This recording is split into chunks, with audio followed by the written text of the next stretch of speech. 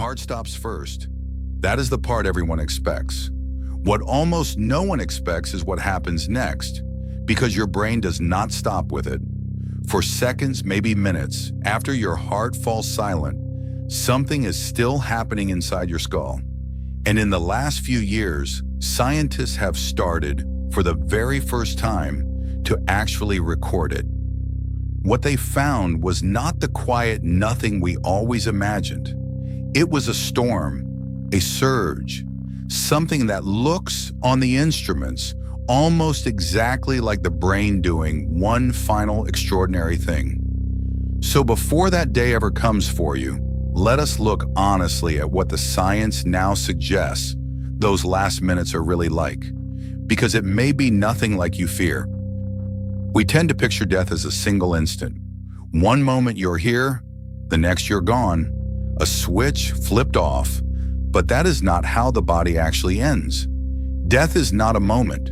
It is a process, a cascade that unfolds in stages. The heart stops, blood stops carrying oxygen, and then organ by organ, system by system, the body begins to shut down in a specific order over time. Your brain, the most demanding organ you have, is starved of oxygen. But starved is not the same as instantly gone. It has a small window, a few final minutes of fuel still in the tank. And what it does with that window is where the real mystery begins, because it does not simply flicker out. Here's the first finding, and it is one that should change how every one of us behaves in a hospital room. Researchers studying people in their final hours discovered that hearing appears to be the last sense to go. In a study of dying patients, their brains still responded to sound, even when they were completely unresponsive, even in their last hours, when they could no longer move or speak or open their eyes. Which means the dying may still hear us, long after they can no longer answer. The voices around the bed, the words said in that room. They may be landing, received, held, by someone we assume is already gone. It is a heartbreaking thought, and a strangely beautiful one. But hearing is only the doorway. What comes next, deeper in, is stranger still. For a long time, we assumed the oxygen-starved brain would just quietly wind down. Then the recordings came. In studies of dying brains, both in animals and, remarkably, in a few accidental human cases, scientists saw something no one predicted. In the moments around death, the brain did not go silent. It erupted, a sudden, powerful surge of a specific kind of activity called gamma waves. And here is why that stopped researchers cold. Gamma waves are not the signature of a shutting down brain. They are among the most organized, high-level activity your brain ever produces. The kind associated with intense focus, with vivid awareness, and above all, with memory. The dying brain in its final seconds was firing in the exact pattern of a mind that is intensely, vividly remembering. Which raises a staggering question. Remembering what? Ask people who have come close to death, who were revived from cardiac arrest, and a strange number of them describe the very same thing. Their life flashing before their eyes, not as a cliche, but as a real, vivid experience. Moments they had forgotten, faces from long ago, whole scenes relived in an instant, sometimes out of order, sometimes with overwhelming emotion. For centuries we filed this away as a story, a myth, a trick of a frightened mind. But now, set it beside that surge of memory-related gamma activity in the dying brain, and the two things line up in a way that is hard to ignore. The life review may not be a myth at all. It may be exactly what it feels like, from the inside when a brain floods itself with memory one final time. And if that is true, it means something profound about that last moment. Why would a dying brain do this? Why spend its last drops of fuel replaying a life?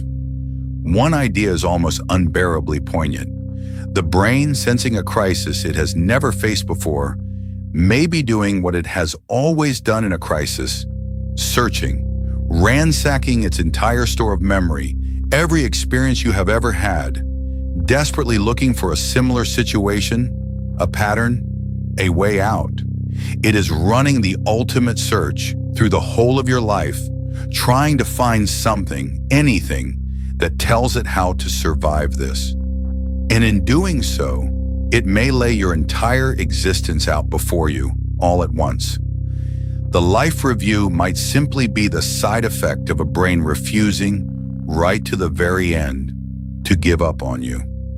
But whether it is a search or something more, one detail keeps recurring in the accounts, and it is not fear. We fear death, understandably, as the ultimate agony, but this is the part the accounts almost universally agree on, and the biology quietly supports. Those who return from the edge rarely describe terror. Overwhelmingly, they describe peace, a profound, encompassing calm, a sense of warmth, of light, of the fear simply falling away. And there may be a physical reason for it.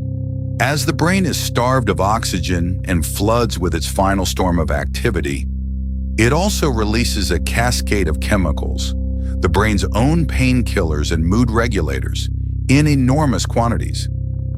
The dying brain may, in effect, bathe itself in a flood of its own making, dissolving pain and fear, and replacing them with calm. The thing we spend our whole lives dreading may arrive wearing the face of peace, which forces us to ask what death actually is from the inside. Now, I have to be honest with you, because this is where real science ends and honesty matters most. We cannot know for certain what dying feels like from the inside. Everyone who describes a near-death experience, by definition, did not die. They came back, so they are reporting the doorway, not the room beyond it. That gamma surge is real and recorded.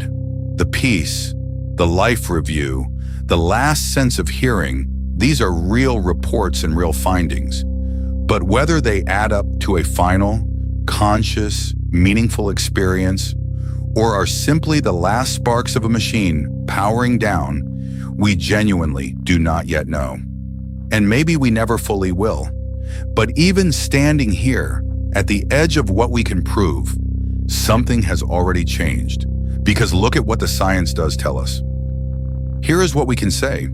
The end may not be the cold, terrifying void we picture. It may be quiet. It may be peaceful. It may even be a final, overwhelming flood of everything you ever loved. And if the last thing a dying brain does is replay a life, then it is worth asking right now, while you still can, what your replay would hold. Because the life review is not written in your final seconds. It is written now. In this ordinary day you might be tempted to waste, in the people in the next room, in the moments you keep promising to be present for later. Every day you are alive, you are quietly recording the very thing that may, one day, play back for you. That is not a morbid thought. It is the most clarifying one there is. So the next time the fear of death rises in you, as it does in all of us, hold what the science now gently suggests, that your heart will stop, but your brain may not simply vanish, that the last sense to leave you may be the sound of a voice you love, that the fear may dissolve into peace, and that your mind may give you, at the very end, one final gift, the whole of your life returned to you at once. We spend so much of our lives afraid of the ending. But the ending, it turns out, may be quieter and kinder and far more astonishing than we ever dared to hope. The real question was never whether you will die. You will. The question is what you are putting into the life that may one day flash before your eyes. So let me ask you this. If your whole life played back tonight, what moment would you wish you had paid more attention to? Tell me in the comments. And if you want more questions that quietly change how you live, subscribe to First Principles Talk. We're just getting started.